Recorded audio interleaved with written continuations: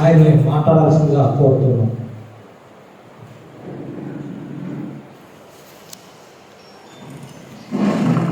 కార్యక్రమానికి వచ్చేసిన అందరికీ కూడా ధన్యవాదాలు. అదేవిధంగా ఈ కార్యక్రమాన్ని ముఖ్యంగా ఈ మండలంలో ఏర్పాటు చేయడానికి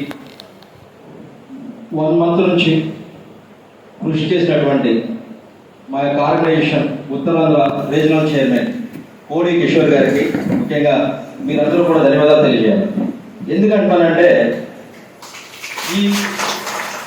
ఇటువంటి ప్రోగ్రాము చేయటం వల్ల మాకు ఉపయోగం ఉండదు, మీకు ఉపయోగం ఉంటుంది.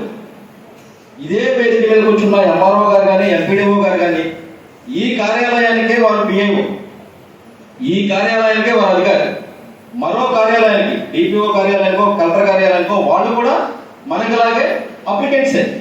వారికి ఉన్నటువంటి సర్వీస్ నిబంధనలు హెచ్చుతగ్గులు సర్వసాధారణంగా కొన్ని సందర్భాలు జరుగుతూ ఉంటాయి.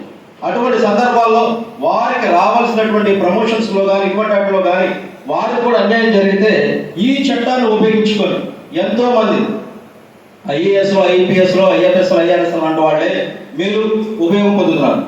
కానీ సామాన్యులకి ఈ చట్టం అందరూ ద్రాక్షగానే ఉంది. నేటికి 20 సంవత్సరాలు పూర్తవుతున్నా కానీ ఇందులో కొన్ని ముఖ్య కారణాలు ఏంటంటే ఈ కార్యాలయంలో ఉన్నటువంటి ప్రజా సమాచార అధికారులకు కూడా కొన్ని ఈ చట్టంలోని అంశాలు తెలియక పూర్తి స్థాయిలో ప్రజలకి చట్టం మీద అవగాహన కలిగించలేకపోతున్నారు.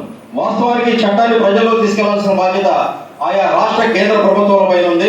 అలాగే జిల్లా స్థాయిలో నోడల్ అధికారి, జిల్లా రెవెన్యూ అధికారి, డిఆర్ఓ గారు, కలెక్టర్ గారు, మండల స్థాయిలో ఆయా మండల ఎగ్జిక్యూటివ్ మేజిస్ట్రేట్, మండల అభివృద్ధి అధికారుల పైన ఉంది. కానీ మీరు కూడా చేస్తారా అంటే